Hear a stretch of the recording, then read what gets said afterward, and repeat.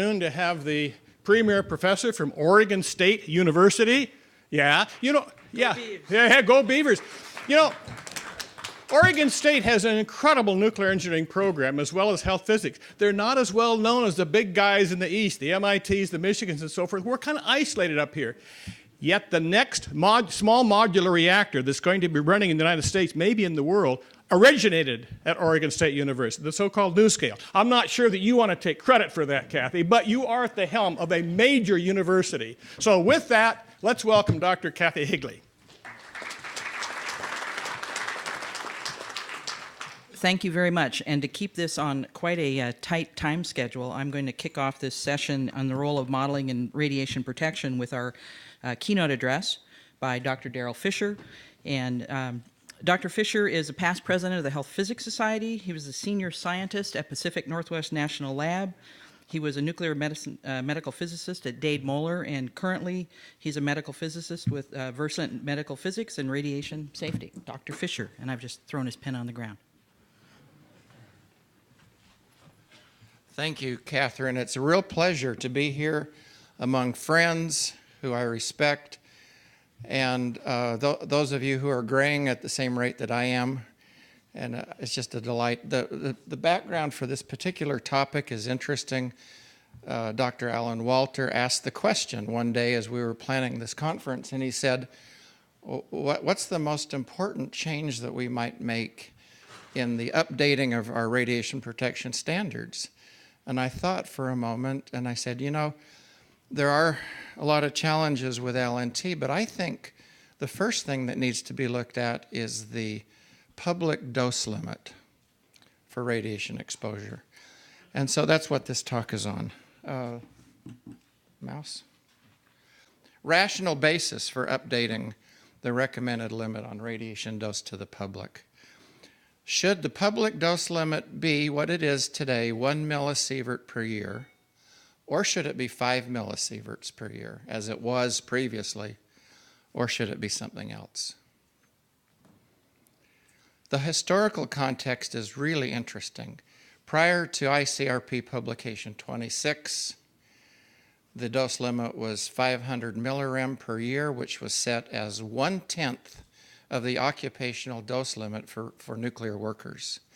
And there's nothing magical about 1/10, but I believe the scientific community felt that 1/10 of an occupational dose limit would be appropriate for the public.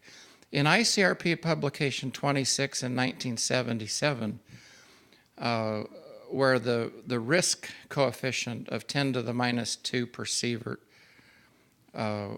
was discussed, it would imply that the lifetime dose to an individual member of the public should correspond to 1 millisievert per year of lifelong whole body exposure, but then the commission was unwilling to make that recommendation completely and said that the commission's limit of 5 millisieverts in a year has been found to provide this degree of safety, and the commission recommends its continued use.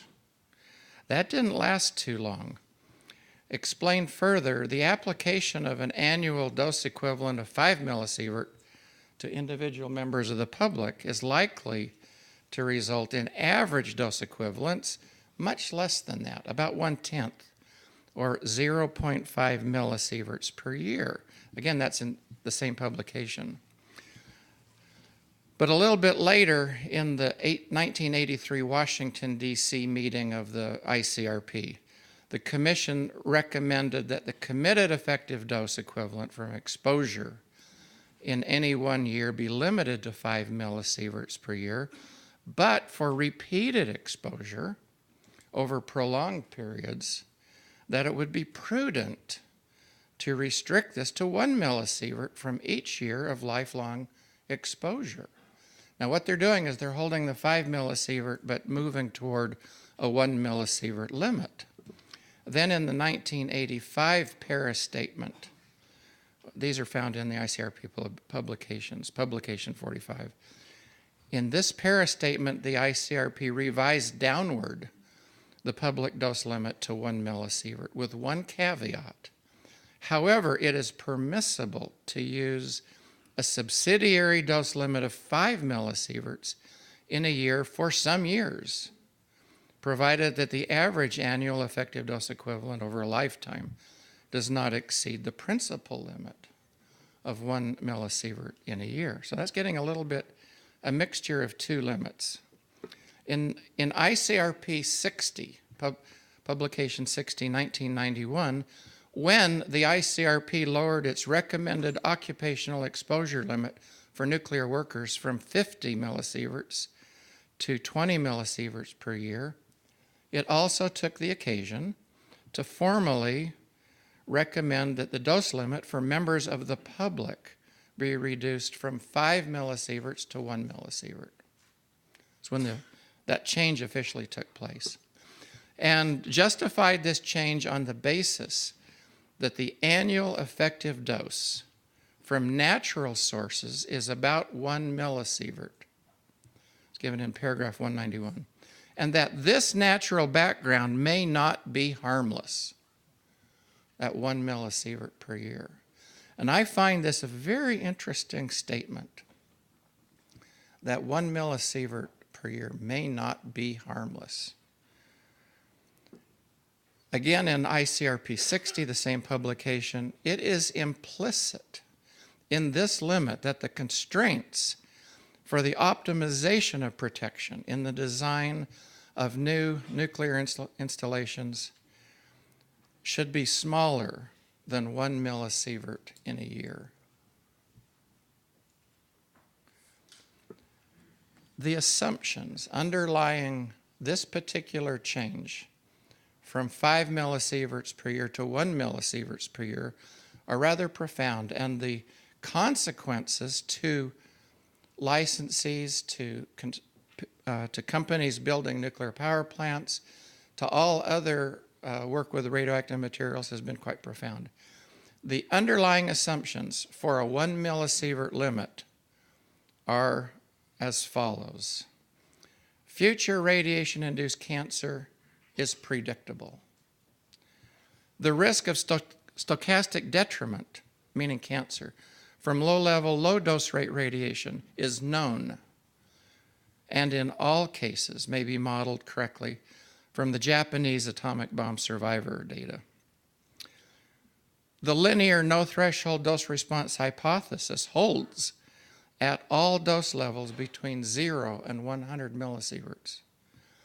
The additive risk hypothesis holds for lifetime exposure, that there is a memory of how much dose an individual has received throughout that person's lifetime.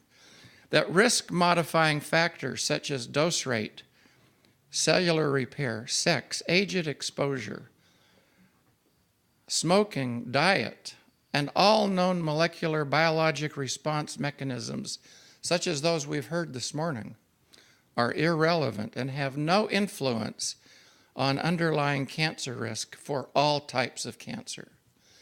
Now, these statements are not given in ICRP 60, but these are the qualifying conditions for a 1 millisievert limit to be generally applicable as it is used today.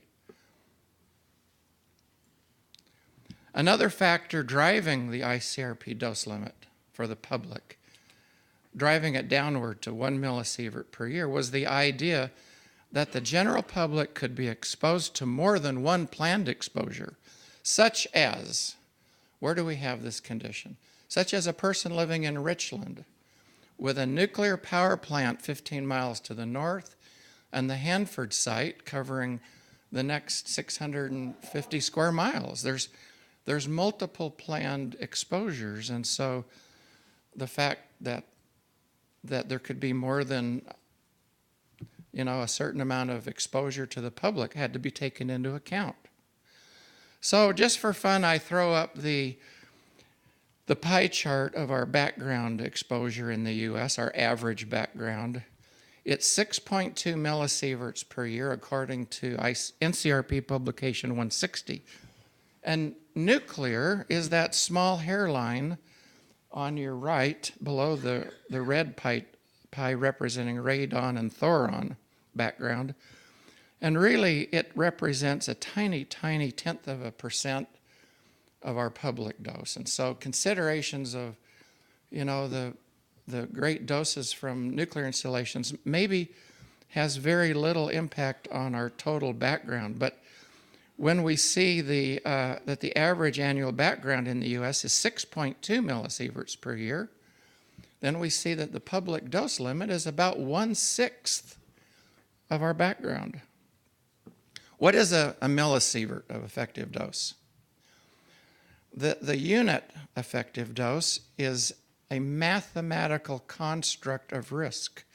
It's not a physical quantity of dose, because it's the absorbed dose doubly weighted for committee selected, which are arbitrary radiation quality multipliers and tissue weighting factors. And for example, it was mentioned earlier in the conference that the weighting factor for alphas should not be 20.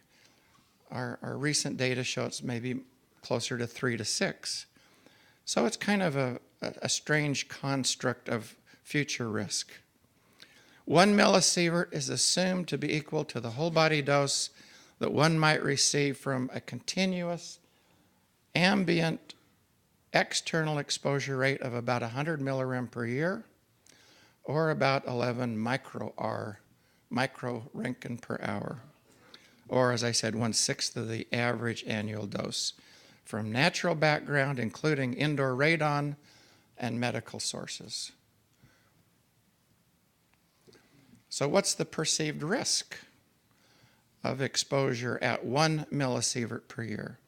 If the linear no threshold dose response hypothesis were correct, and if the risk coefficient at low dose is 5% per sievert, the number that's commonly quoted in risk estimates, then conservatively speaking, the perceived lifetime risk of 1 millisievert represents a 0.3% increase in our natural cancer incidence. Dave Brenner mentioned that 40% is our typical expected cancer incidence in the U.S. at 0.3% due to a 1 millisievert contribution. That adds up to 40.13%. Now, on closer analysis, the ICRP rationale for lowering the public dose limit from 5 to 1 millisievert per year looks rather weak, because it was not based on referenced citable science. You don't find references citing the need for this. And in the past 35 years since this was instituted, there's no evidence presented or referenced that lowering the public dose limit from 5 to 1 millisievert per year has yielded any protective value to society. Explanations given in ICRP 60 and more recently in ICRP 103, 2007, are lengthy, excessively wordy. They hedge, vacillate, and sometimes read illogically. And there are quite a few paragraphs that do this, and I just pick one for example. See if you can figure this one out. In selecting the limit on effective dose to the public, the Commission has sought a value that would be only just short of unacceptable for continued exposure as the result of deliberate practices, the use of which is a matter of choice. Got that? And there were many other examples, but because my talk is short, I can't go into all of them. What's missing behind the 1 millisievert public dose limit? Acknowledgement that risks are not known with certainty at exposure levels below 100 millisieverts. That is not acknowledged. Acknowledgement that the epidemiology cannot confirm the assumed risk coefficients below 100 millisieverts. In fact, the epidemiology is contradictory in itself, as we've seen in NCRP Commentary 27. Acceptance of contrary scientific findings in radiobiology are not acknowledged, and the substantial cost of compliance and the regulatory burdens imposed by this highly conservative public dose limit are not fully acknowledged. Now I want to focus a little on that latter element. The Environmental Protection Agency has the responsibility under 40 CFR 190, the Code of Federal Regulations, to regulate radiation dose to the public from normal operations of nuclear power plants and other uranium fuel cycle facilities. The EPA has established more restrictive limits than ICRP on public dose to make sure that industry will meet the intent of ICRP recommendations. Under 40 CFR Part 190, EPA, and I think this was in the early 70s, set the limit on the annual dose equivalent to any member of the public at 25 millirem, or a quarter of a millisievert to the whole body. Therefore, and this is the impact of that, to ensure compliance with this federal limit, the EPA limit, site operational limits and remediation standards, as Ed Parsons pointed out a little earlier, are usually set conservatively at a smaller fraction of the U.S. federal limit, such as 1/10 or 1/3 of the EPA limit, or about 0.025 to 0.08 millisieverts per year. Now we're getting down to the 2 to 8% of a millisievert per year, or 2.5 to 8 millirem per year, which is less than the detection limit for common personnel dosimeters in the field. But there's more. ICRP Publication 81, for radioactive waste disposal, for control of public exposure, the ICRP recommended a dose constraint for protection of the public of no more than 0.3 millisieverts per year. And in ICRP Publication 82, for planned discharges of the long-lived radionuclides to the environment, the ICRP recommended a dose constraint for the public of 0.1 millisieverts per year. This is in the ICRP publications. DOE Order 5400.5 basically says the Department of Energy, to protect the public, will follow NCRP, ICRP, and NRC recommendations. And not only that, be as far below the limits as reasonably achievable. The Department of Energy in 2009 estimated the cost of cleanup activities with a number of construction projects costing more than $6 billion a year for the previous 10 years. And for the next 30 years, with a total cost estimated of $260 billion for these cleanup activities, and it has since doubled. I don't have the exact source, but that estimate is out of date. And these costs don't include the compliance in mining and milling, fuel fabrication, commercial nuclear power plant operations, discontinued plant decommissioning, compliance with all other things, on, and other costs. The EPA admitted that the costs are driven by the public dose limit. Okay, thank you. In its own publications, because there's a benefit to society, but it is not possible to accurately estimate the health effects either before or after site remediation in its publication of 1994. So what to do in closing? We might revert back to the 1977 dose limit of 5 millisieverts per year, or we might set the limit at something else to avoid the problem that was encountered with the Fukushima evacuation, something between 5 and 20 millisieverts per year. In fact, ICRP allows that consideration in ICRP 103, where it gives the second band in that range for public exposure. And the NRC has validated this concept with its nuclear medicine patient release criteria and exemption situations where a licensee demonstrates the need, and in occupational exposure of a declared pregnant female shall not exceed 5 millisieverts per year. In conclusion, as my last slide, the ICRP has set the public dose limit too low at 1 millisievert per year. Science does not support the need for this public dose limit below 5 millisieverts per year.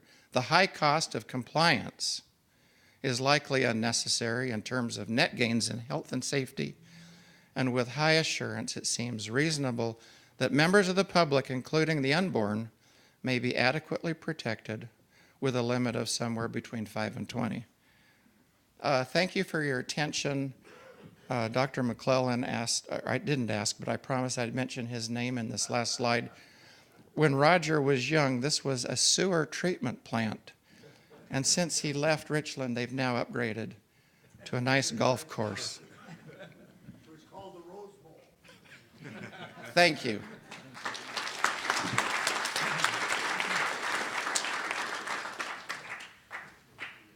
I think we'll have to wait and delay questions until after the other speakers have had a chance.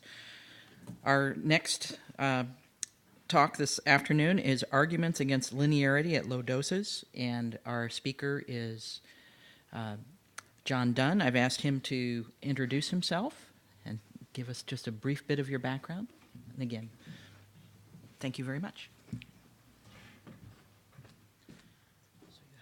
Well, I like to describe myself as a slug emergency physician because that's what I did for 46 years. I finally had to retire last year because I couldn't hear the girls that were coming into medicine in a big noisy room when we were exchanging patients. And I thought it was pretty dangerous for me not to be able to hear what they were saying. So I quit emergency medicine. I've been a lawyer for around 40 years, but I never practiced law, so I'm not dangerous. You can all... Never had a client. I went to law school because I wanted to learn about this country. This country is, I guess the best parallel that I can give you is if you wanted to learn about making wine, you'd go to California or France. If you want to know how to make a government, you go to the United States of America and see if maybe George Washington and some of the other founders would talk to you about it. So I studied law mostly because I wanted to find out about history, civics, government, the things that are important to us as citizens. No matter what you do, you can't avoid the fact that the government is in your life one way or the other, sometimes for good and sometimes for ill. And that's why we're here today. This is all about the administrative state. And I can't even come close to discussing these things in the detail that was just revealed to you. But I can tell you that the reason I'm here is that somebody knew that I've been fighting this linear, no threshold, lousy toxicology for more than 20 years. And here's the reason why I do it. As a physician, I know all about toxins. As an emergency physician, I know even more about them because where do you go when you get poisoned? You go to the emergency department. I also know that poisons have thresholds of effect. And if you know anything about pharmacology, you'd have to say anybody who thinks that organisms react to things in ways that would justify using this linear no threshold is ignoring the reality of living organisms. They're susceptible to toxins, and I include radiation biophysics. Incidentally, the only reason that I can even be courageous enough to be in this room, I got a good grade in radiation biophysics in college. Thank you very much. That's the closest I ever got, except I took all the great course things on particle physics and Einstein's theories, and I listened to them when I drove back and forth to Fort Hood to the emergency department, and I still don't know anything about physics as it relates to particles and nuclear, so you have nothing to fear. I'm not going to take any of your jobs. All right, So I promised my wife I wouldn't say so in speeches. She said, "Stop doing that, John. You picked up a bad habit. I'll try to avoid that." Somebody gets $5 if they catch me saying so again. All right, whoops. All right, I can read this. I can't read that. And so $10. I've only got $30 in my pocket, so you're looking at a limit. I wrote this as a submission to the Health Physics Journal. This funny font changes is for you so that you'll see the things that I wanted to emphasize, but the text itself will appear in the issue that's going to come out in Health Physics. Grant Ulsh tells me that it'll happen sometime in the spring, and it's nothing more than my effort to summarize a lot of research that I did with regards to the subject of this conference. The US EPA is all over us. They're telling us what to do about everything. And I've been fighting the US EPA because they are involved in what I would consider to be the most unreasonable and, in fact, unprofessional and unethical activity in regards to toxins that you don't even think about. Small particle research is mostly epidemiology research. They've tried to do some human experiments research, even though they claim that small particles kill people. But in fact, they couldn't find any effect. The bad epidemiology goes like this. You find a small association and you borrow from what I would call a quasi-religious aspect of scientific endeavor, the precautionary principle. That's what you're here for today, to talk about the precautionary principle. And all of this talk that went on in this previous speech, and I was impressed, is about how we can make the precautionary principle the guiding light for regulation. And here's what I think precautionary principle really is. Immature people or people who want power and control. Two things. Little people who can't stand the idea of risk. I've got no tolerance for this. They want the precautionary principle to be applied. Schools use it all the time. Zero tolerance. Zero tolerance. We aren't going to tolerate anything. We won't tolerate risk, or we won't tolerate being uncomfortable. It's that bad. There's no reason people use the word snowflake to describe what's happening in the schools. And in the higher education area, it's a real problem. But it's been a part of regulatory science as applied to governmental activity for a long time. A long time. Think about it. All the things that were said about, well, we can't really take any chances. That was what this speech was about. And why I was impressed, I was thinking, hey, this guy is writing the segue to what I want to talk about, which is the problem of the precautionary principle. The second problem is what H.L. Mencken exposed in what government activity is about. What's the basic principle that guides practical politics?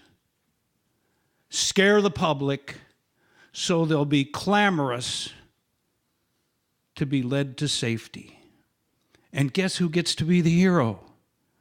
Some bureaucrat who just applied the precautionary principle, and all the mothers and fathers said, well, that's good. We really wouldn't want to take any chances that our sons and daughters would get cancer. Well, excuse me, but what was the rate of cancer? 40%? Chasing after something that ain't going to happen. And if if you think about it, that's what this is all about, this conference. It's about how to do toxicology the right way adults do it. That's why small particles has always been an issue for me. I know for a fact that they can't kill people with small particles, and yet they go to Congress and say 300,000 plus people are dying every year in the United States from small particles in the air. Ambient small particles. They're not talking about somebody getting a hose with a small particle diesel emissions in it and blowing it at people. They're talking about people dying from ambient small particles. What's the leap when you're talking about nuke? And I have to say, this room doesn't really, exemplify the typical person in the United States. They're all scared. They're all thinking that Jane Fonda was right. The 3 Mile Island was such a terrible thing. And we can't even get a good case about the Chernobyl accident. So, damn, why do I say that all the time? Anyway, sorry about that. Let's go on to this next. So the one the one-hit assumption basis that LNT is based on is something that appeared in medical textbooks a number of years ago. I saved the Harrison's textbook of medicine on environmental medicine because I wanted some of people like you who call on me and talk to me about these things to know that in one point it was adopted by the entire medical profession, or at least the ones who made textbooks. And the one-hit theory was one that was considered to be a sacred cow. Well, here's the problem with one hit. We still don't know exactly what causes cancer. Let's go on to the next one. The one-hit assumption is a convenient way to get the precautionary principle activated right there. How much time are we doing here? Where are we at? We got about 9 minutes. How many? About 9 minutes. 9 minutes. Okay. So this is nothing more than my summary of the work of Ed Calabrese, of Brant Ulsh, of J.J. Cardarelli, of people like Siegel and Welsh. And I want you to know that there is no way that I can get up here and come close to being as eloquent as they are about the science related to the idea of destroying this canard. And that's what LNT is. I thought you were a little too generous. This whole business, well, we can adjust this LNT thing. We can kind of play the game of, well, maybe we just bump it up to the 10 millisievert level. But the most important thing is just to say, how about showing us some evidence before you claim that it's toxic? That's what I'm hoping for in other areas of toxicology, because if we don't start doing good science, we're going to end up being run by the precautionary principle. Well, it looks like it's bad, it sounds like it's bad, and somebody says it's bad, let's make it bad and regulate the hell out of it. And that's what's going on here. We got to find out what the real risks are. You look at the Clean Air Act, it's very clear. You're supposed to identify what's a risk, what can cause harm, and you're supposed to mitigate it. Well, how do you do that? You do that by doing science and finding evidence. Change is long overdue. There's no question that we're talking about a real problem. Okay, so what am I going to do about this? Well, here's what I do. The Reference Manual on Scientific Evidence. It was published originally in 1995 because the judiciary said, we got to give the judges some guidance on how to establish what's good science and what isn't. If you don't have that book, you can get it for free. You can get it for free on the internet. It's a big book now. The third edition was published in 2011. I swear by it because it was written by real experts who tried to talk about what's good science in the areas of toxicology, epidemiology, mechanical engineering, all kinds of things. They even included in the last issue, the last edition, a junk science area of an inquiry, as far as I'm concerned, what's called neuroscience. You know, I do an image of your head, and I decide what you're thinking. You know, so the reference manual was published because of a decision by the Supreme Court of the United States, and it's called Daubert versus Merrill Dow. And if you've ever been involved in a toxicology litigation situation, you may be familiar with what's called the Daubert hearing. In a Daubert hearing, any one of you who are an expert in a particular professional activity, you don't have to just be a scientist. You can be an engineer. You can be a person who has special expertise, and you propose to testify to court, and the jury is going to listen to your testimony. And the opposition says, we'd like to know what this guy is going to say and what he bases it on. What's his science? What's his evidence? He can't just come down from the mountain and give us what in the court documents is called the ipse dixit. I say it's so because it's so. You were talking about some of that yourself, weren't you? The ipse dixit is the death of good science. You're talking to me like that? I'm a PhD. I'm a member of the faculty of the MIT. You can't question me. So, there we go again. My wife is going to be crazy if she sees this on film. If you think about it, the Daubert opinion has been adopted by all the states. So when you're involved in an evidentiary dispute, the Daubert opinion and the rules of the Daubert opinion, which are included in some of the documents that I'm going to provide for you, is a way to find out. But you can do it on your own. Just Google Daubert, D-A-U-B-E-R-T. It was a case about a little kid who had a birth defect as a result of the administration of a drug called Bendictin when his mom was sick with nausea and vomiting of pregnancy. Widely used medication. The claim was that it caused birth defects. The court said these experts did not provide good testimony. Out. EPA science out. LNT out. No good science, you don't get to claim it is. Show me the evidence. How does it go? Dirty Harry said, a man's got to know his limitations. And the baseball movie about the Oakland A's, show me the money. The problem is the money's going to people who have decided to go with some of this junk science, and that's one of the reasons this group, in a sense, has an obligation to the public and to themselves to try to make sure that good science is applied in circumstances that are very important to the future of this country. Thank you very much for your time. Now, can I show you a couple of things? One is, I have the health, you don't have to show that one, Steve, just the other one. Go to the, now, I wrote 120 pages.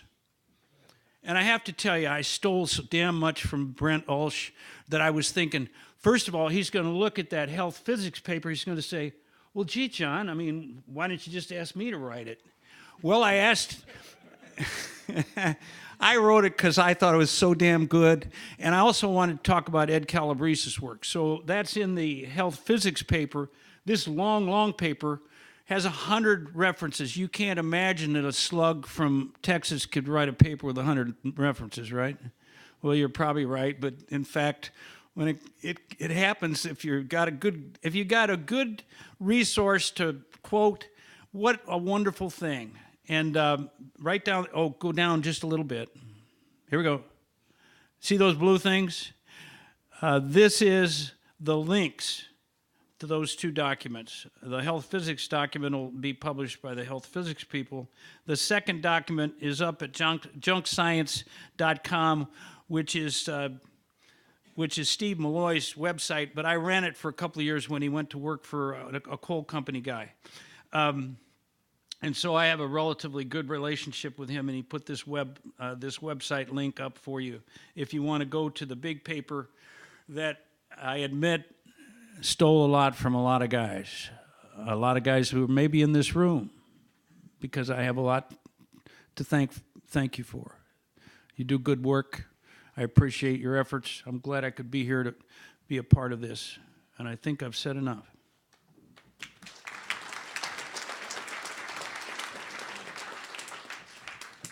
I think we have time for one question, if anyone wishes to ask a question of our speaker.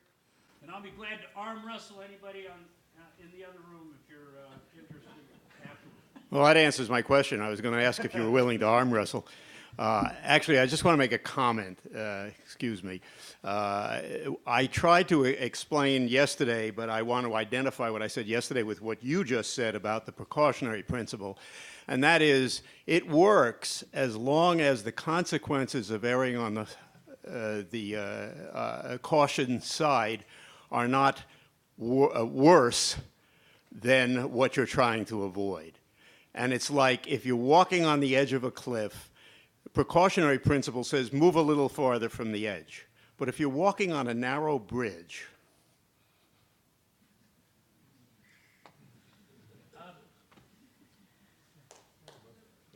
You can push it. Coming through? Okay, there's a guy named Frank Furedi. He's a psychologist from Britain, so don't Push take the it button. against him. Frank Furedi, F-U-R-E-D-I. I show everybody the lecture that he gave in Italy to a philosophical meeting on the problem of the precautionary principle. The precautionary principle is a distortion of what you're talking about, which is normal risk management. The precautionary principle adopts the attitude, I can't tolerate any risk, and I won't. Zero tolerance. You're walking along the edge of a cliff, you've already accepted some risk. You're doing your risk management when you move a little bit back, and I would agree with that. And the same would be true of other dangerous situations or other potential risks. Risk management is what this is all about. We need to figure out how to do it intelligently, and the only way to start is to identify what is a real risk, what causes real damage that we need to fix. Not, let's be scared of everything and regulate the hell out of it. That's my, I guess that's, we could all afterwards go to the tent meeting I'm having on the outside here. Thank you very, very much for that interesting talk. Thank you. Come on, give it up. If you Google Frank Furedi, you can read that essay. I gave it to all the residents because I think it's very important for anybody who wants to be a good adult. You got to have some courage, and risk management is part of being an adult for your family, for your job, for your profession, whatever you're dealing with. He's mine. Thank you. While I'm waiting for him to load my talk, I'll introduce myself. My name's Catherine Higley. I think I'm at a little bit of a disadvantage following the speaker. I'm an academic. I'm a member of a bunch of these advisory bodies, and I'm a woman, so apparently that means I'm personally responsible for everybody's fear of radiation in the room. So, mea culpa right now. So, all right. So, I'm going to talk about radiation protection. It's not just the numbers, and this is more philosophical than technical. So just bear with me. So first learn how to run the remote. A little bit of background, and there we go. This is a joke. Background. Yeah, okay. So we had a couple of conversations yesterday and today about reminding people that we think a background, it is not spatially uniform. It varies all over the place, so that makes some of our conversation about radiation exposure, natural radiation exposure, a little bit complicated. It varies temporally, latitude, longitude. So for the students in the room, because I'm an academic, think about how your natural radiation environment varies considerably. Now I want to step back, and again, this is sort of a little bit of philosophy. It's there's no science in this. It's just my thoughts about things. But I want you to remember what you learned in academia about the early days of radiation protection. And the first hint is it wasn't very protective, okay? So it amazes me, you know, it's been over 100 years since we discovered radioactivity, we discovered X-rays, we had some beautiful images of people's bone structure. And as soon as this technology was developed and released in publications, people started using these techniques to expound the borders and the boundaries of science.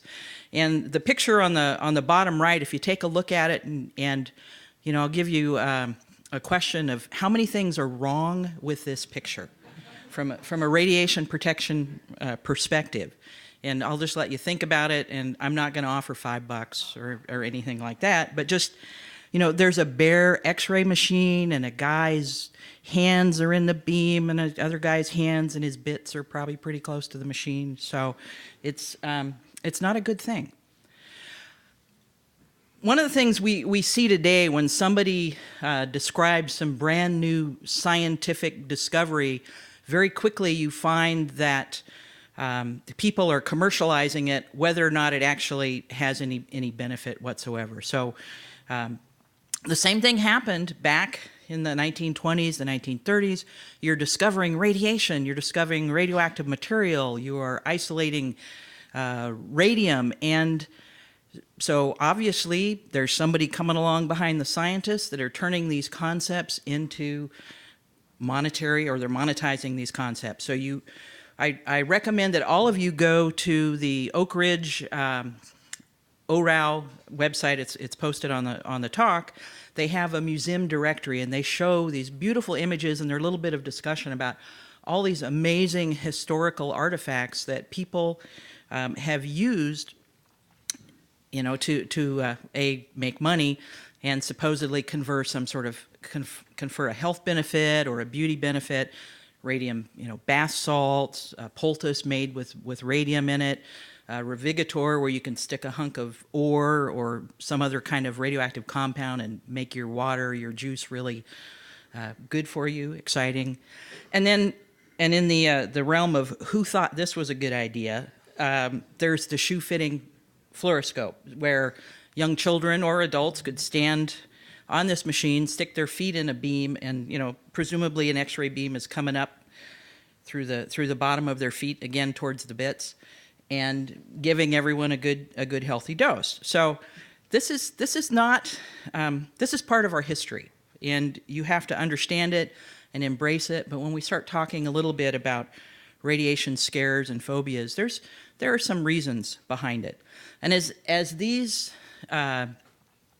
the science unfolded, people learned how to detect radiation. They were discovering new radioactive elements. Science also kind of scrambled to keep up with the injuries that are occurring, to try and understand the mechanisms of damage from radiation exposure. And for example, in 1927, we had Herman Mueller, not Robert Mueller, who discovered that you could cause genetic effects in fruit flies through the use of radiation. And this kind of sets people on edge a little bit. When you can cause mutations in these species because of ionizing radiation, it makes you start wondering what else perhaps is going on. We also had industry, in addition to the people that were selling radioactive poultices and water laced with radium or what have you. We also had industry looking for ways to really use some of these discoveries in industrial applications. And we found that if you mixed a little bit of radium sulfate, I think it was, with a zinc sulfide scintillator, lo and behold, you would get a compound that continuously, at least for a while, emitted a nice glow, and you could apply it to gauges and dials and watches and things called deck markers, and you would have a illuminated source that was glow in the dark, and it was awesome. The problem is that they didn't realize at the time that consumption of this radioactive material could actually cause some health effects. And you see examples where the radium dial painters, the ghost women, who were young women, suffered some pretty horrible consequences because of ingestion of radium. Although, oddly enough, back in 2014, one of the last of the radium girls, as they were called, passed away, and she was 107 years old. So we know that there was an effect because we documented the effect, but it's not everybody suffers the consequence of radiation exposure. So science continued on, working, and engineers, because I'm in the College of Engineering, so I have to say that, worked really hard, very fast. There were drivers for the development of this technology because we were at war. We needed to be prepared, and we unleashed nuclear weapons, and we tested them in New Mexico and in Utah and ultimately other places around the globe. You're right. They came over to Utah, and this science basically took us where no one had gone before. We realized we had tools that were incredibly devastating and could be used in protection of the country, but at a large consequence to the public. And in this process of developing tools for, weapons for war, tools for science, our government was scrambling to figure out what the radiation protection protocols will be. This is the one of two graphs I'm going to show you in the talk, so don't get too worried about it. But basically, you can look at over the last 100 years how we've regulated radiation exposure, that in the early days there really wasn't a limit. It was take your hand out of the beam after it starts to burn, and that's going to be 3,000 rad a year, roughly, something like that. We started regulating the doses lower and lower based on what we were learning about deterministic effects and trying to set safety standards. And there are a number of publications that explore this particular graph in detail. The thing I find kind of interesting about it, around 1957, we set a standard for radiation protection of the workers, around 5 rem a year. Part of the thought was, well, there's possibility of genetic effects.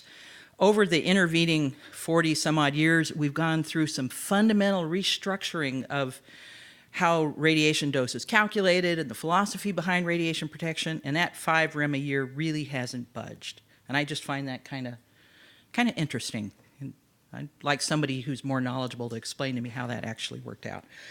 But we also started protecting the public.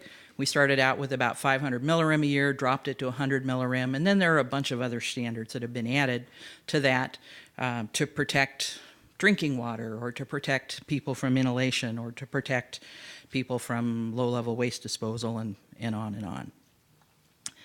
So the important point to take from this is that our concept of protection has evolved. Initially, it was, let's not burn your skin, or let's prevent these deterministic effects. And now we've gone to, let's manage the probability of harm, and we want to reduce these exposures to as low as reasonably achievable, considering the possibility of genetic effects. Well, maybe they're not really there, but also focusing very, very strongly on cancer. And we're doing pretty good. I mean, we said we understood radiation effects, and radiobiology seemed pretty mature, and we kind of had the models that seemed useful, and nuclear was starting to really hit its stride, and atoms for peace and irradiated food and all this good stuff. And then Chernobyl happened, and it kind of set everybody back on their heels. Now, I know Bruce, who probably ran away. No, he's there. Okay. Was talking about the Techa River and the Mayak accidents and how massively large they were compared to what's going on here at Hanford, but they're not. That was not terribly visible to the general public. Chernobyl was really in your face, visible for a very, very long time, and it had kind of a impact, I think, on the general populace about, well, what's the safety and security of nuclear reactors? It doesn't matter that it's not a design that we have in the United States, and that people shouldn't have run the thing the way they did. It's damnation by association. So this has been a little bit dark. You know, we had some bad experiences early on. We had radium dial painters. We blew up some nuclear weapons. We destroyed a reactor. But there's actually, just taking a minute to think, there's been some good things associated with radiation and radioactive material.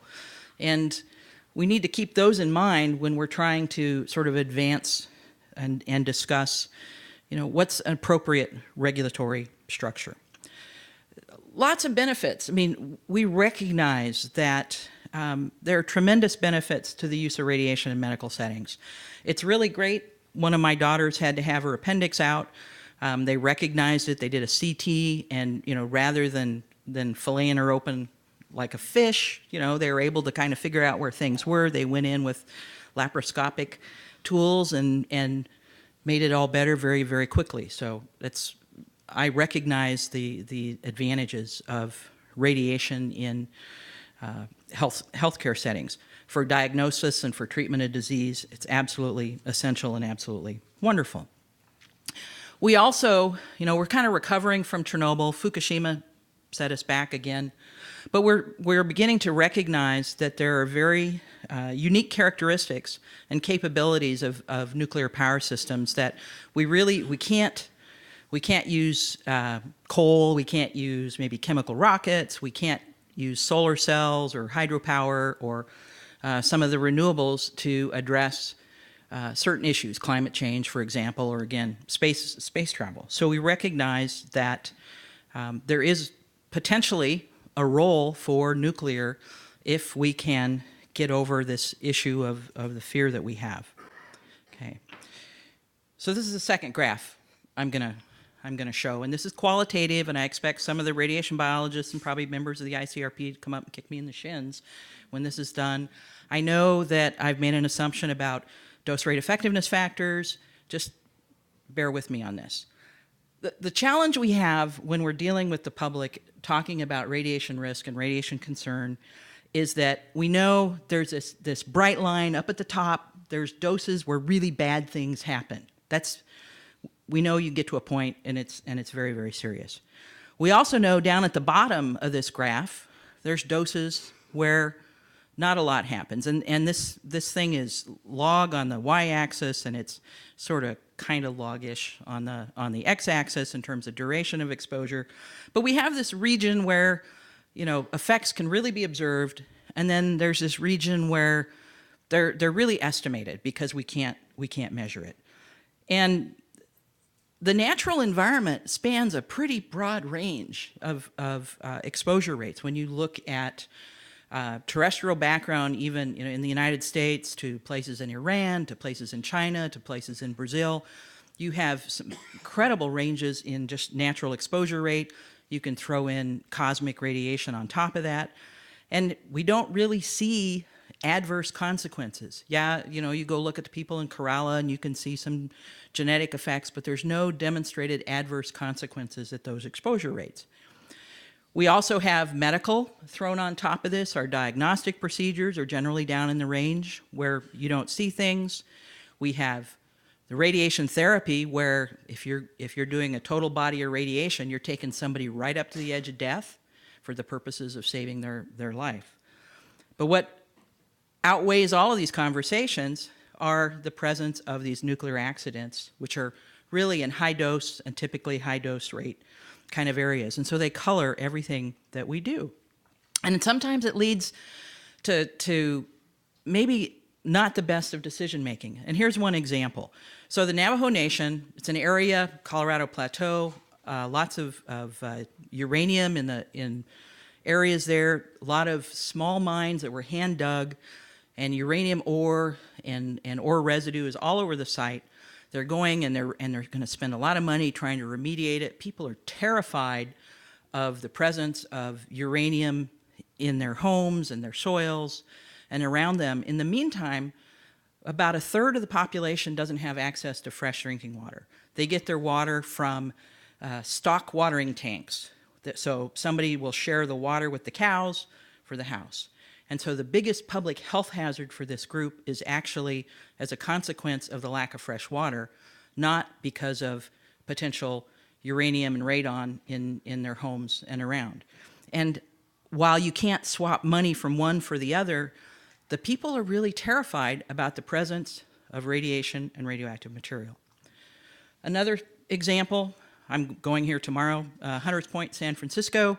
It's a site that was had modest amounts of contamination, and the group that was doing the cleanup falsified their results. The Navy spent $300+ million to try and clean it up.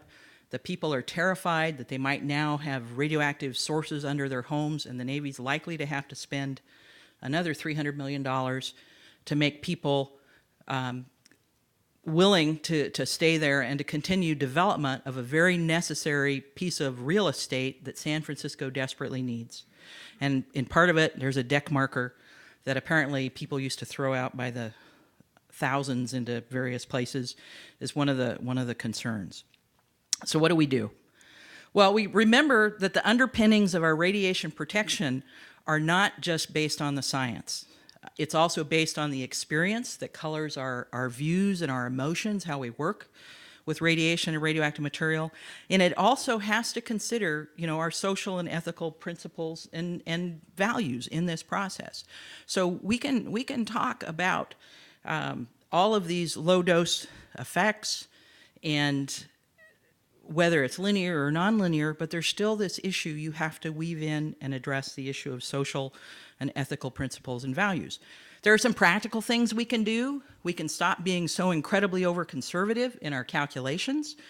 Let's stop having exposure scenarios where somebody is self-sufficient farming in downtown, New York, and getting all their fruits and vegetables at that site, or conversely, they're living underwater next to a core from a submarine. We also have to factor in environmental protection into this process. And we have to keep things in perspective.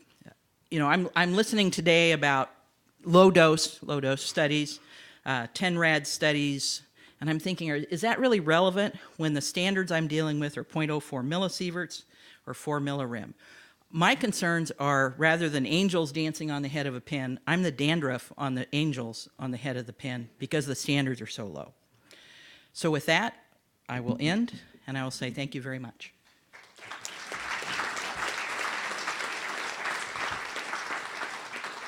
And I talked too long. There's no chance for, maybe one. Can I have one question? Just one question. Quick, Rod. Yes. Real quick. You showed a graph that showed accidents, and it was above that line of no consequence. There are a lot of accidents with no consequences. Okay, because I was going to say, most of the exposures from all the accidents we've had were way down in the blue area of that graph. Yeah. So I just wondered about. It was a qualitative graph. Okay, I'm sorry. It's just a qualitative graph. I think we're going to have to postpone other questions because I see the people in the back of the room looking at me. But I'll be wandering around. I promise. But I wanted everybody to hear my question. Is it a quick question? Yes. Very quick. I'll be honest. It's a comment. It's not a question, but it's very quick. Okay. I was on the EPA Advisory Committee, National Air Pollution Control Advisory Committee for EPA in the 1970s. And at that time, EPA set standards like for coal plant emissions by looking at the average exposure going 2 sigma in each direction and saying we can't protect everyone. And that was the way standards were set. The other point I wanted to make is that they are now applying, the environmental people are now applying the linear non-threshold theory to air pollutant emissions. They say, oh, there's no, no safe level. Thank you. Thank you very much. I would now like to introduce our next speaker, Dr. Alan Chan, talking about interagency collaboration to improve health effects research. Thank you. And first, I want to thank Health Physics Society and American Nuclear Society for inviting me to come and speak with you today. I'm very honored to be here. And first, thank you, but I'm not a doctor. I have a master's in public policy, but I'm one of the few non-doctors around here. I work at the U.S. Government Accountability Office, and I've been a senior analyst there for 15 years. Before I worked at GAO, I was in the private sector. I have a background in industrial engineering, and I worked in industry for 5 years. But I'm here today to present to you a report that I was a project leader on that we completed last year. It's titled Low Dose Radiation Interagency Collaboration on Planning Research Could Improve Information on Health Effects. So before I get started, there might be some of you in the audience who aren't familiar with GAO. So I'll just give you a real quick background. We're an independent, nonpartisan agency that works for Congress. Most of our jobs are requests from committees or subcommittees from Congress, or their mandates that we receive. To ensure our independence, the Controller General, who's the head of GAO, he's appointed to a 15-year term by the President, and other than the Controller General, the rest of us there are no other political appointees. So within GAO, we're organized into 14 mission teams, and they're by subject area. I work in the Natural Resources and Environment group, and I am no radiation expert. In fact, every job I take on, I lead, is a different topic. I've recently done work about animal disease research, climate change impacts on Native American villages, hydropower licensing process, and I'm currently looking at federal efforts in environmental justice. But this last year, when I worked on the low-dose radiation job, it was very interesting. I learned a lot from it, and a lot of the people, a few of you in the audience here, are people I met with, and were very helpful in helping educate me about it. One of the advantages of a GAO report is that we are nonpartisan, so that we get perspectives from not just the federal agencies, but from other stakeholders like industry and environmental groups. And we write for Congress and the public, so we make a real effort to take real technical information and make it simple as possible. So simple that we hope that a high school student can be able to understand one of our reports. So some of this information I'm going to share with you today, I'm sure a lot of you have a much deeper knowledge of it, but just kind of bear with me. There'll be some interesting things I'll reveal also.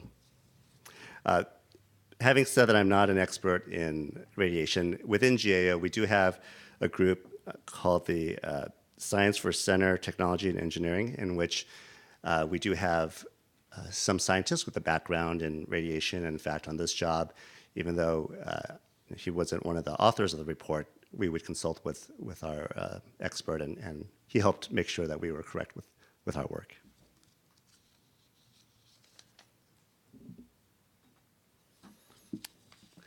So some quick background about our report. It was, as I mentioned earlier, most of our reviews are requested from Congress, and this particular report was a request from the House Committee on Science, Space, and Technology. And they were interested in learning some more about the federal agencies' radiation protection requirements, and also about funding that federal agencies provide for research in low-dose radiation.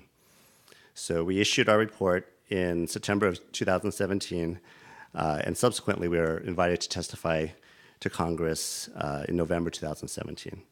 So, and with the report, it's available on our website, but what's useful too is not only is it written in simple terms, but if you don't have much time, there's a one-page highlights page in which you can look at it in a couple of minutes, and it summarizes the whole report. The whole report is about 37 pages.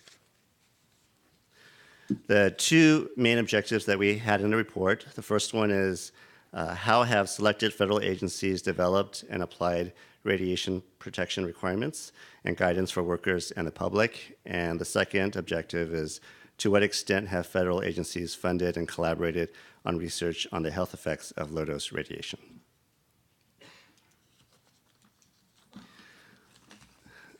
So with a typical job, we start off with meeting with the agencies, and in this case, there were 11 agencies that were involved, and we call them entrance conferences, our first meeting. And so I don't have much of a background, but I do a little bit of background research to sit down. I think first question I sit down that I'm asked is, so, what do you define as low-dose radiation? And I said, well, then I asked, well, what do you define as low-dose radiation? And they said, well, what did you define it? Because it's very broad, and depending on what that number is, it could vary it could affect the report. So for our scope, we started off with using the definition that national academies had in their 2006 Beer 7 report, which is 100 millisieverts and below. Our focus was just on ionizing radiation, not space radiation. And for the objective about funding, we looked at, we asked the agencies for information about funding that they provided for health effects of low-dose radiation. We did include some funding for high-dose radiation if the officials felt that there were potential impacts or implications for low-dose radiation research. We did not include research on radiation countermeasures for emergency response and medicines for treating cancer. And again, we didn't include research for space radiation.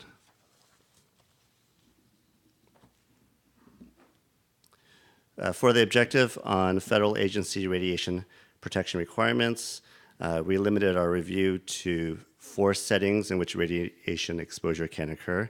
The first one is the operation and decommissioning of nuclear power plants. Second is the cleanup of sites with radiological contamination.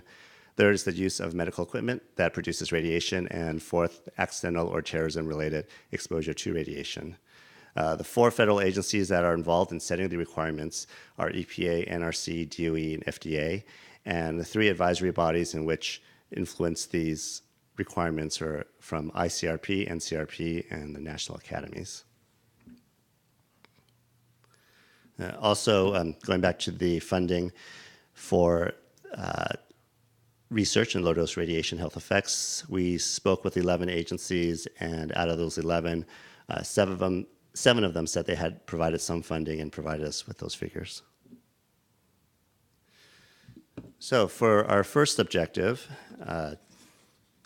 and Dr. Fisher already gave you probably much better detail about how this occurs, but I'll give you a kind of a quick summary of what we found.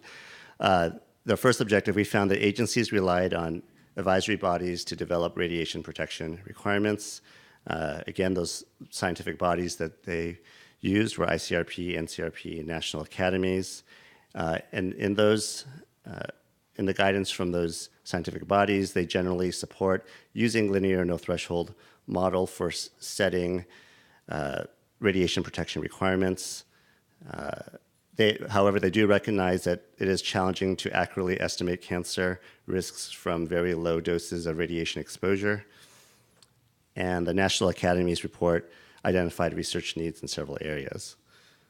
So under the linear no threshold model, federal agencies set dose limits for radiation exposures well below the National Academy's definition of what low dose radiation is of 100 millisieverts. And the agency radiation protection requirements, they do vary depending on the settings. And this has been discussed already earlier, but here's like another way of looking at it. For some of the radiation, some examples of federal agency radiation protection requirements. As to put it in context, the second column shows 3 millisieverts for average natural background levels according to NRC, but this doesn't include, there's another 3 millisieverts for typical medical x-rays or other kind of man-made things that the typical person in the United States might be exposed to. So that's why this number is a little bit different from what you heard earlier. To the left of that, as Dr. Fisher talked about earlier, the 1 millisieverts per year is the NRC's public dose limit for operations of nuclear power plants. For the third column, the 10 to 50 millisieverts, that's EPA's, it's not a requirement, but it's guidance that they provide for state and local government officials for an emergency, an accident or some sort of emergency potential terrorist attack, where they would recommend either a shelter in place or evacuation. And then to the right is the 50 millisieverts occupational dose limit the NRC uses and DOE uses. But in addition to that, NRC talked to us about that they also follow the ALARA principle, the as low as reasonably achievable. So while there is a 50 millisievert limit, they encourage the facilities to go beyond that as low as reasonably achievable. So our second objective is looking at federally funded research on low-dose radiation health effects. And we found that among the 7 agencies that do provide funding for low-dose radiation between fiscal years 2012 and 2016, they obligated approximately $210 million for research on the health effects of low-dose radiation. From that $210 million, the DOE and NIH accounted for most of that funding. The funding was for both radiobiological research and for epidemiological research. As you could see, the DOE's Office of Science, they provided funding under their low-dose radiation research program for the radiobiological research, and then for some of the epidemiological research was done by the DOE's Office of Environment, Health, Safety, and Security. And those of you who were here yesterday probably heard more about that from DOE's speakers yesterday. NIH has also provided funding for both epidemiological and radiobiological studies on low-dose radiation to quantify and understand cancer risks. So in a pie chart, this can shows that 98% of the funding between 2012 and 2016 were from DOE and NIH, and the other 5 are just made up 2% of the funding. DOE being the highest at 56% or $116.3 million. But if you look at the trends, if you start at 2012, you could see that from 2012 to 2016, that there's been a significant decrease of almost 50%. It's 48% less from all the agencies. And there's a few different reasons for it that we talk about in our report, but one of the key ones was that DOE ended its low-dose radiation program in 2016, and they were they're ramping down and reducing the amounts as they approach 2016.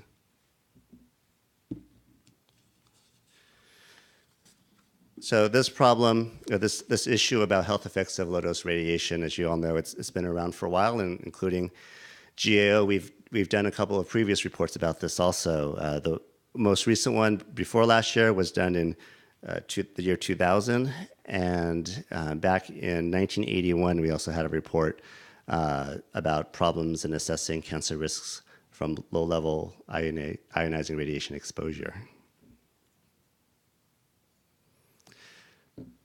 So our report, we made a recommendation to Secretary of Energy to lead the development of the interagency collaborating mechanism to determine roles and responsibilities for addressing priorities for low-dose radiation research. We asked DOE to take on this role for a couple of reasons. One of them is that they've, in the past with their low-dose radiation program, that they have been a leader in this area, and they're familiar with some of the research here, and also that their past, I believe it's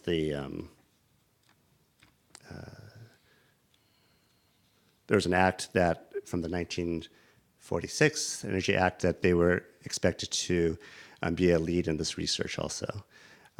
DOE initially did not concur with our recommendation, but they recently informed GAO that the National Science and Technology Council within the White House will work with agencies to align a low-dose radiation research with a government-wide strategy to be developed by an interagency working group.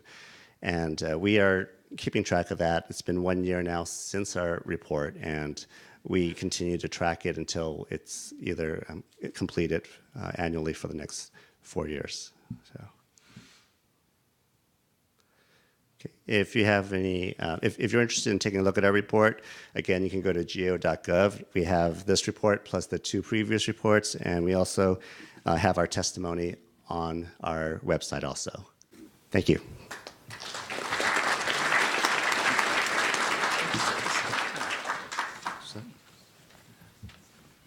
I'm going to cheat. Mr. Chan, does the GAO have anything to do with the HBO's responsibilities with regards to the Data Quality Act?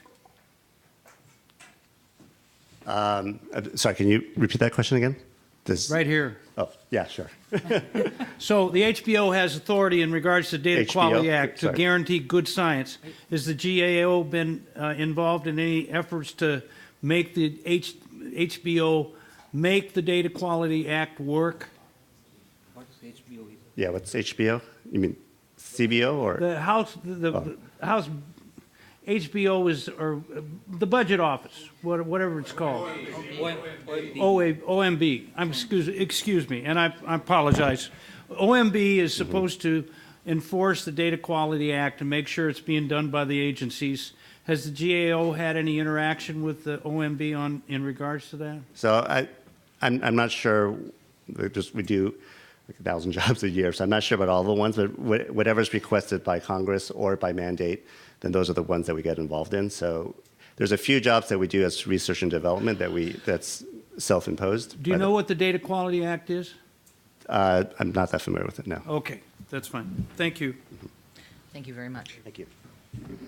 All right, I'd like to move on to our next speaker, Dr. Mohan Das, talking about radiation hormesis and radiation protection.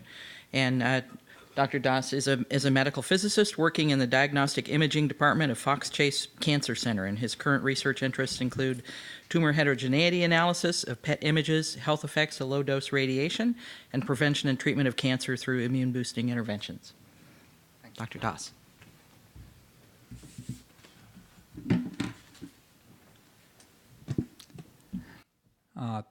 Thank you very much. Good afternoon, everybody. Thank you for inviting me to make this presentation today. As a matter of disclosures, I am one of the founding members of Scientists for Accurate Radiation Information, or SORI, and I'm president of the XLNT Foundation. And both of these organizations aim to reduce the harmful consequences due to the LNT model. And we do have an exhibit booth in the front, just outside the door there. Please view the SORI and XLNT poster for more information about the organizations. And if you like what we do and want to join, please email one of the SORI members and they can inform you how to become a member.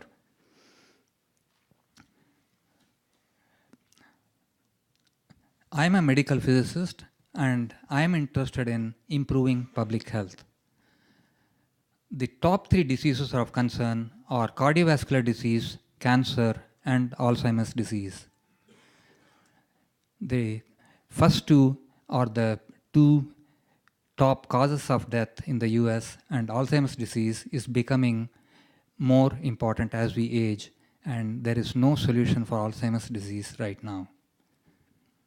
The LNT model presents a major obstacle for performing clinical trials of prevention and treatment of these diseases using low-dose radiation in spite of available evidence.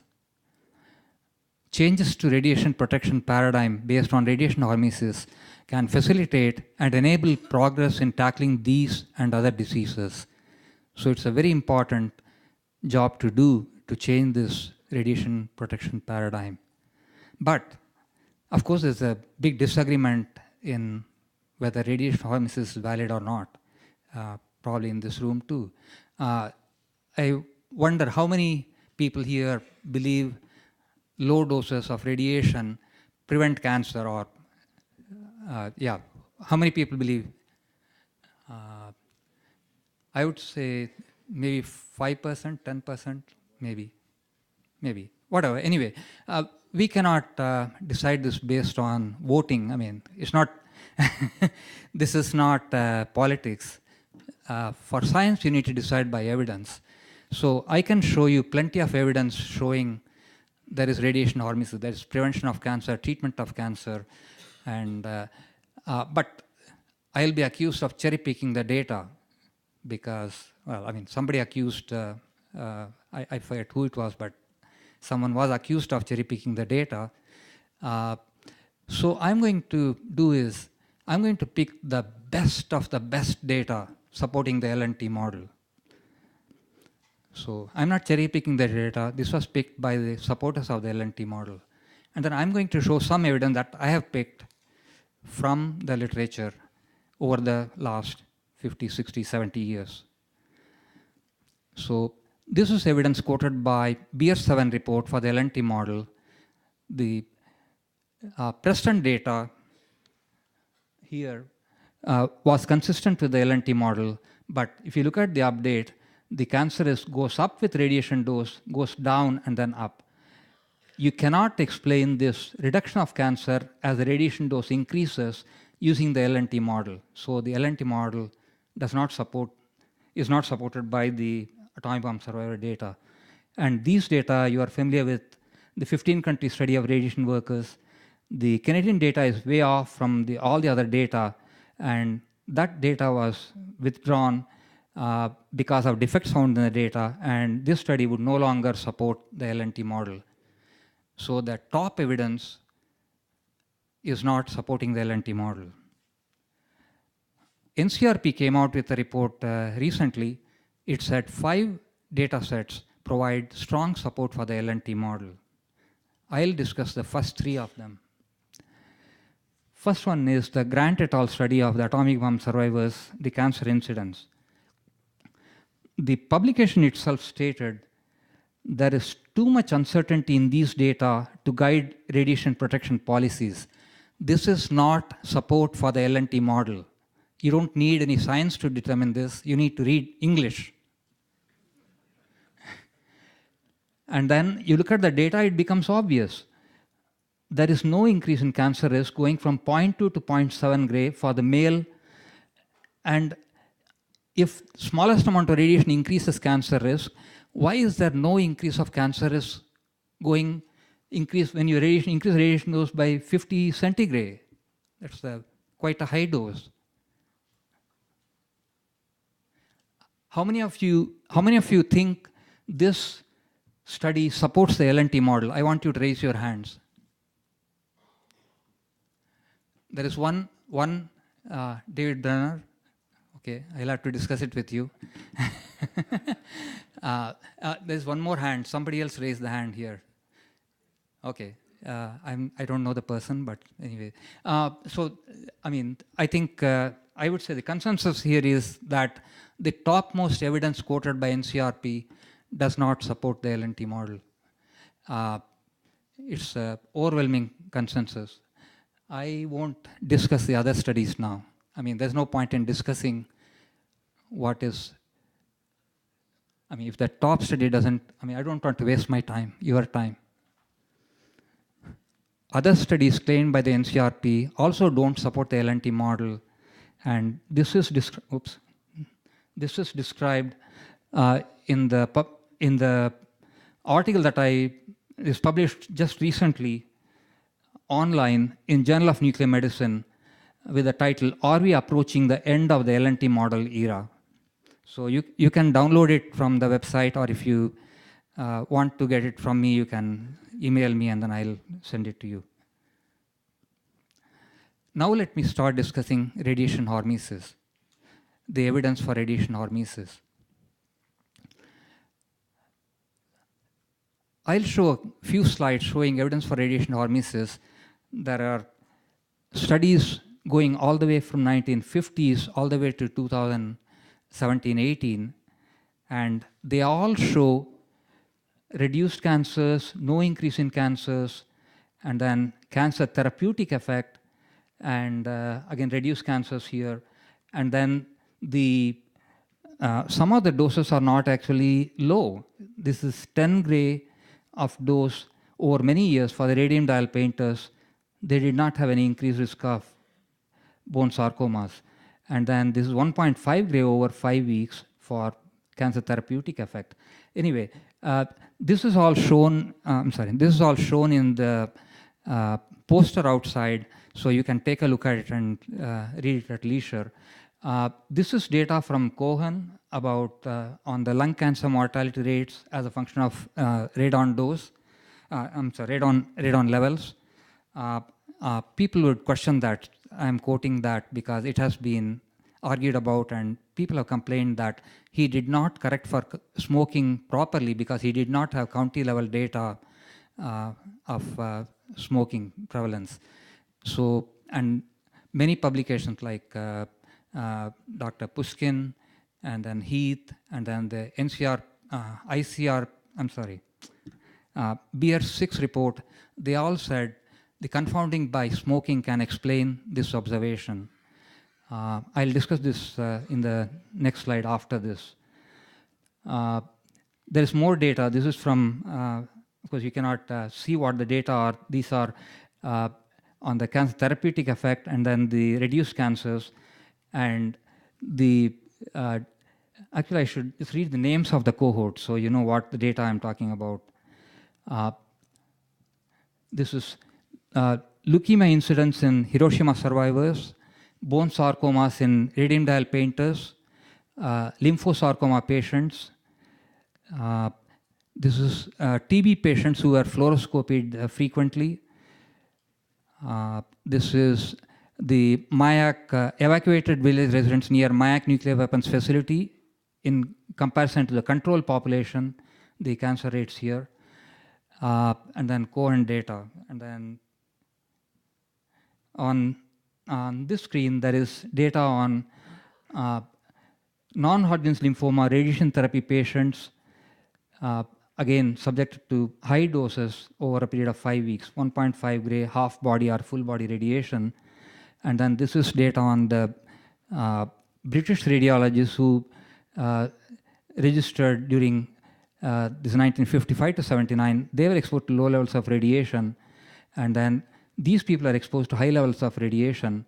And Dr. Brenner said, we don't know anything about the low dose effects because British radiologists has different conclusions in terms of cancer risk. Some had high risk, some had low risk, some had no increase in risk.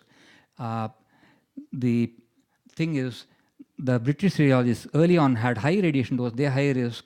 These are low radiation doses, they have no risk. And if you go to even later years, people did not have any radiation dose or very little radiation dose, and their cancer risk did not change. So this illustrates the hormetic dose response model. And then this is data on nuclear shipyard worker study, radiation workers versus non-radiation workers. So the healthy worker effect does not come into picture here because that's been claimed as the cause of observed improvement in the radiation workers, reduction of cancers in radiation workers.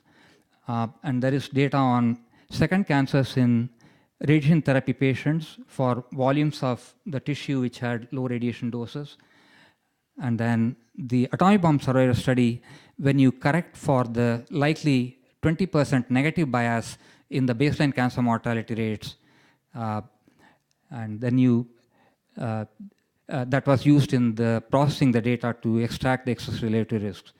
And you see the reduction of cancers. And then this is Taiwan apartment study, the initial study and the data from the later studies. Now let me discuss the lung cancer risk versus radon. This publication documented the county-wide level of smoking rates and lung cancer rates and so on. And they also listed elevation for the counties. And they reported that elevation is a major confounding factor for lung cancer.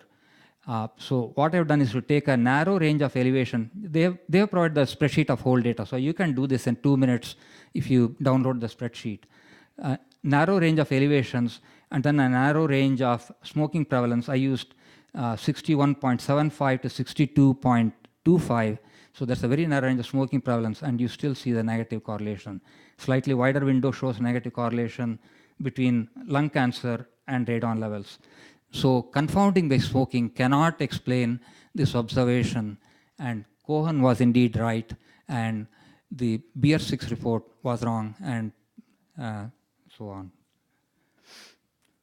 And I won't talk about additional studies. The Bogan study showed in non-smoking women the negative correlation. And then the Haynes study also showed in the Britain after correcting for smoking. Now let me look at high doses from radon.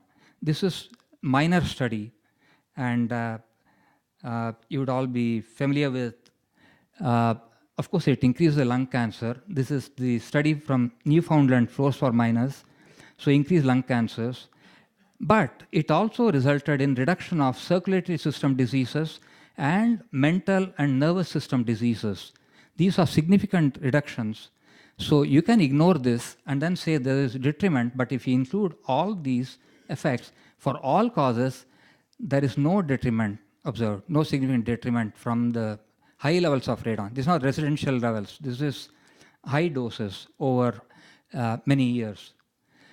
In a similar way, the iodine 131, we are concerned about. We evacuate because of iodine, and then we do uptake for tiny doses. This is therapeutic dose, 300 megabecquerel, with a high effective dose over a few weeks. Of course, that showed increased risk of thyroid cancer. This is a study of radioiodine treatment for hyperthyroidism, but the lung cancer was reduced and all cancers were reduced. So you can ignore the benefit from the low-dose radiation here for the rest of the organs and then keep claiming this is the harm from the radiation, but that would be misrepresenting the risk. That's not the correct information to give to the public. And we have been doing that all this time and then scaring the public into remediating radon and spending all their money. So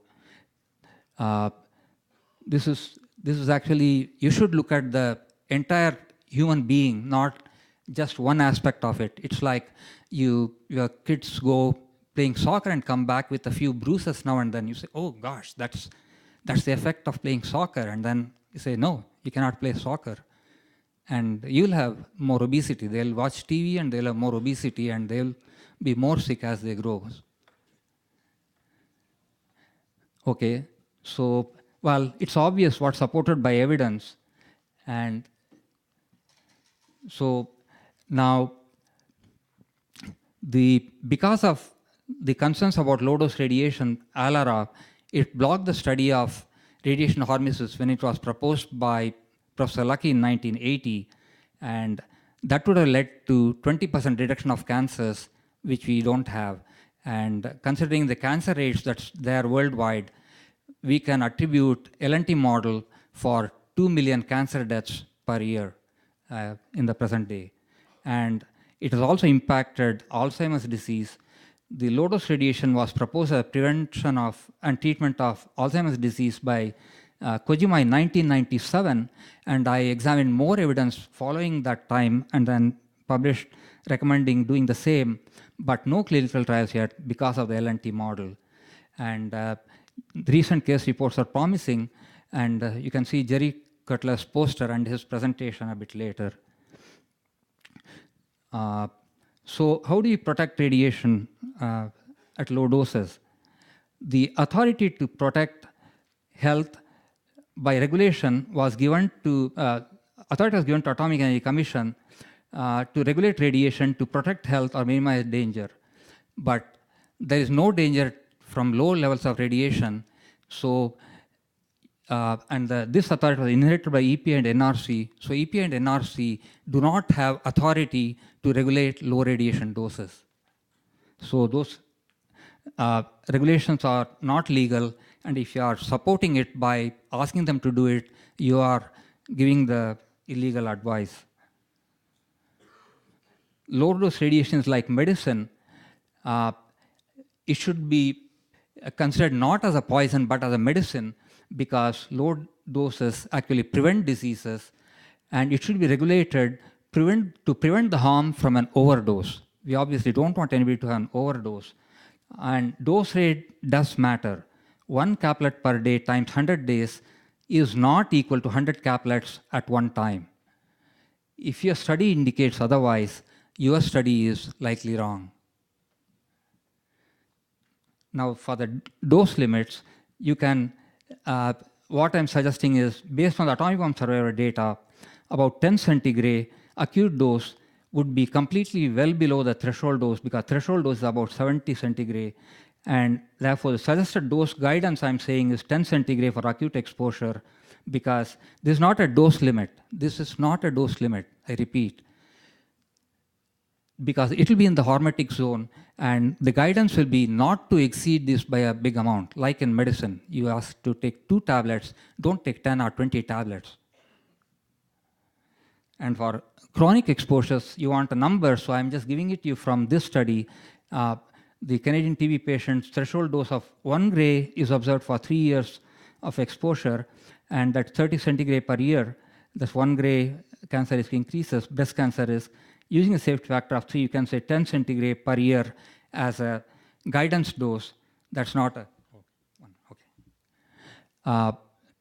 So that's what I have suggested for regulation. So basically, regulate it like medicine.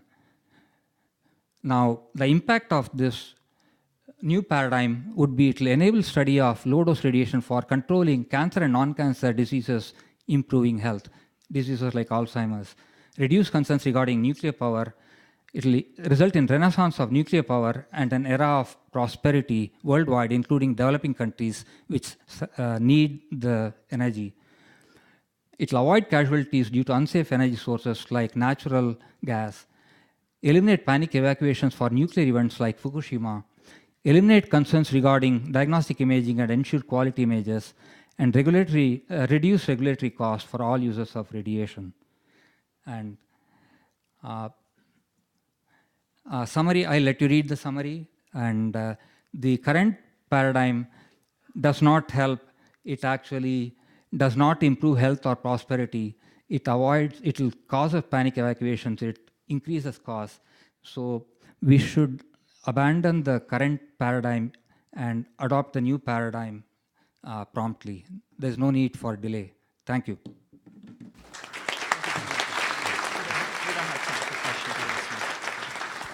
Thank you very much. Our last speaker is, excuse me. We're quite behind. If we can postpone it till the break, I'm sorry. So much. The later discussion section. Yeah. Yeah. Our last speaker is Dr. Bennett Greenspan, speaking on the case for a threshold. And Dr. Greenspan is the past president of the Society of Nuclear Medicine and Molecular Imaging, a fellow of the American College of Nuclear Medicine, and a fellow of the American College of Radiology. Dr. Greenspan. Thank you. I'm delighted to be here, and I appreciate the opportunity. And I want to thank the American Nuclear Society and the Health Physics Society. And, okay, no disclosures. So, I was asked to give a talk on the case for a threshold, even though my submission for an abstract was LNT is wrong. So I thought I'd discuss both. You can't go wrong that way. So number one, why is LNT wrong? Number one, LNT claims the cancer risk extends down to 0. There's never been any evidence showing increased risk below 100 millisievert or 10 rem. I still think in rem, sorry. So I like to give both. And probably below 200 millisievert. And whether or not low-dose damage is linearly proportional to dose, and sometimes it is, the defense response is nonlinear. DNA repair involves more than 150 genes, antioxidant, I think it's protection instead of production, apoptosis, bystander effects, and immune system response. LNT excludes evolutionary biology. There are clearly differing responses to high-dose versus low-dose exposure. Whoops. Number 4, LNT assumes radiation damage and associated cancer risk accumulate throughout life. We know that's not true, and that ignores repair. And we know there's lots of evidence for repair. LNT assumes radiation-induced risk is independent of dose rate. We know that's not true. And in fact, radiation therapy depends on this. LNT assumes a single mutation will lead to cancer. That's also not true. And the development of malignancy requires multiple mutations and deficiencies of the body defense mechanisms as well as immune system failure. And number 7, no evidence of harm with higher background rates up to at least 260 millisievert or 26 rem in Ramsar or RAN. So, radiation hormesis is real. Many substances, drugs, vitamins, trace metals are beneficial at low levels but toxic at high levels. For instance, aspirin. You can take 2 aspirin of 380 milligrams or whatever it is, and 325. Thank you. That's it. Yeah, the lower dose is 81 milligrams. You're right. So anyway, and that's fine. But if you take 50 tablets, you'll probably bleed to death. Atom bomb survivors at exposures of 0.5 to 1.5 sievert had less non-malignant disease, and in leukemia they had hormesis with threshold of 50 rem or 500 millisievert. Cancer risk is below baseline at approximately 0.15 gray weighted colon dose. In fluoroscopy, there are a couple of studies. The Canadian TB patients had 1/3 less breast cancer with doses of 50 to 300 milligray or 5 to 30 rad. And the philosophy in Massachusetts of TB patients had markedly less mortality from lung cancer. It turned out they had an increase in breast cancer, but the lung cancer was markedly less. Okay, protracted exposure of low-level radiation does not increase risk of lung cancer. The natural incidence of lung cancer is actually reduced. Nuclear power workers have decreased risk of malignancy in the MIAC incident. Despite what we heard yesterday, my evidence says that there was less cancer than individuals not exposed. At 50 rem of exposure, cancer mortality was 29% less than controls. And in the Taiwan dwellers, as Dr. Dose just showed, exposure to 48 millisievert resulted in fewer cancers than unexposed controls. So chronic exposure to low-dose ionizing radiation induces DNA damage response and so on, and that's all suggestive of radiation hormesis, and derived standardized mortality rates for cancer and circulatory disease in French nuclear workers are less than 1, suggestive of a hormetic effects or adaptive response. So, thresholds, and this is similar to hormesis. Everything has a threshold: drugs, vitamins, trace metals, other chemicals. Radiation is a natural entity of the environment, even though the problem is you can't see it, you can't feel it, you can get hurt by it without knowing it's there, and so the public is scared of it. But it's a natural entity of the environment, so why should radiation be different than any other entity in the environment? And low-dose radiation is beneficial, high dose is harmful. If that's true, and I believe it is, there has to be a threshold between them. There's no way around that. Here's a list of known thresholds for deterministic effects. Pancytopenia, about 20 gray, sterility and temporary sterility in men, about 15, sterility in women, about 6, and cataracts, which is a deterministic effect, not stochastic. And by this reference, 7.5. Actually, at 750 rem, the number I'd heard previously was 600 rem, so it's somewhere in that range. As far as non-human data, the study by Daryl Fisher et al., Fisher and Weller, I guess, the beagle dogs that inhaled plutonium dioxide had a threshold of approximately 150 to 400 millisievert. Is actually the upper level, so it's 400 millisievert or 40 rem. And mutations in fruit flies, threshold of 500 milligray or 50 rad, and mutation rate was similar to the unexposed fruit flies. And when Kurt Stern tried to go down farther, he found there was no difference in the results, so he stopped. And while he claimed there was no threshold, there clearly was. And so here's the graph of, let's see, is that right? Does this have a, which is the point? Okay. There's a threshold at this level, obviously. I'll do it on the side too. Okay, and as far as fruit flies here, again, it's clear that the data goes below baseline for a while. As far as thresholds for carcinogenesis, transformation of human fibroblast threshold of approximately 20 rem. Secondary cancers following radiation therapy, latent period minimum approximately 5 to 8 years, threshold at least 2 to 2.5 gray, maybe as high as 5 gray. I know for sure this is true for bone cancers, because patients with osteogenic sarcoma or Ewing sarcoma get radiation therapy, and some of them develop secondary cancers. So here's the graph showing neoplastic transformation of human fibroblasts, and so there's clearly a threshold at about 200 milligray here, and a hormetic effect below that. Here's another slide that from a courtesy of Dr. Dose from secondary cancers, and it shows there's clearly a threshold here. Nuclear power workers, no increase in mortality. Nuclear shipyard workers, 8 millisievert exposure, 20% lower mortality. Plutonium workers in the Manhattan Project, decreased cancer incidence and mortality. Atom bomb survivor data, again, threshold up to about 700 millisievert or 70 rem. Atom bomb survivors threshold for solid cancers, approximately 20 rem. And here are some of these graphs. And what I wanted to emphasize is that little dot down here. Many people say, oh, that's just an artifact. Well, no, it's not. You see that everywhere. It occurs over and over and over again. It's real. Here's a close-up of it. And here's a graph from Dr. Dose's report from 2013. So also, people who live in high background areas have no increase in the cancer rate. In some areas, they're the same. In some areas, they're lower. And I mentioned the philosophy of Canadian TB patients, no increase in breast cancer below 550 milligray or 55 rem. And hyperthyroid patients treated with I-131, no increased risk of thyroid cancer, other solid malignancies, or leukemia. The classic study was by Eugene Sanger from University of Cincinnati, published in JAMA in 1968. It was an incredibly good study. I actually knew Gene Sanger. And since then, there's, again, no evidence of any malignancy related to I-131 therapy for hyperthyroidism. Now, generally, those, particularly for Graves' disease, the treatment level is usually 10 or 15 or even up to 20 millicuries. So that's a fairly small amount. Now, in terms of, that's a breast cancer thing. Okay. In terms of treating thyroid cancer with I-131, we commonly use 100 or 150 millicuries, and there's no increase in solid tumors. There is a slightly increased risk of leukemia, but that's almost always above a total administered activity of 600 millicuries, or 22 gigabecquerels. That's a huge amount. I've never given that much to patients. Now, this wouldn't be done at one time, of course. It would be over several treatments. And in the radium dial painters, no increased risk of osteogenic sarcoma below 10 gray or 1,000 rad. That's a very high threshold.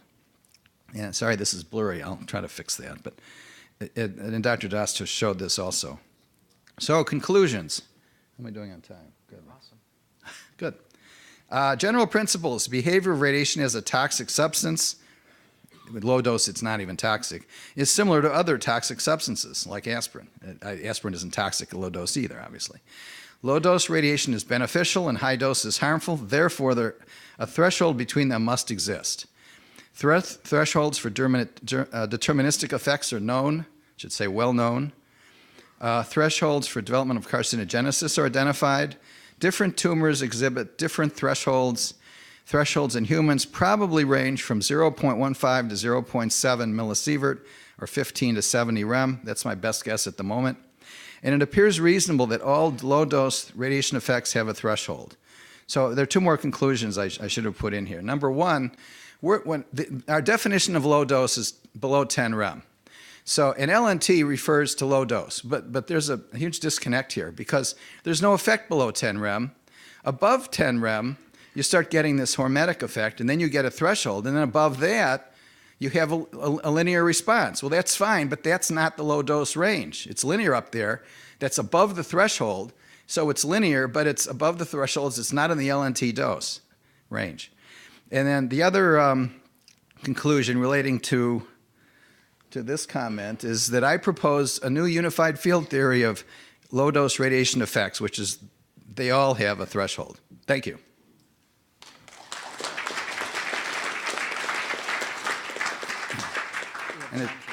Sure. And as usual, I talk too fast, so there's time for questions. Yes, Dan. I'd like to, is this on? Yes. Yeah, okay.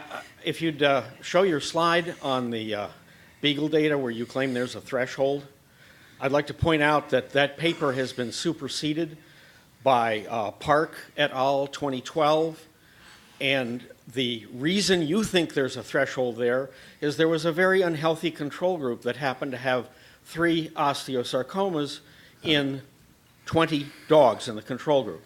So Jim Park, Dick Weller, I, and 3 other authors in Radiation Research 2012, you'll find it under Jim Park, reanalyze that. That's not the Beagle data where you had it was from the Fisher and Weller paper. Right. And that Fisher and Weller paper is just indefensible. So I remember Darrell telling me that Bill Baer wouldn't let that be published because it showed hormesis. What it showed was an unhealthy control group, a really sporadically unhealthy control group. And if you put uncertainty bars on it like we did and like all good authors do on their health outcomes, you'll find that there's no hormesis in that. Oh. And your 0 cases at the lowest non-zero dose is wrong. There was 1 case in that group. Oh. Okay. I'll look up the Park paper. I'll give you a copy. That's even better. Thank you.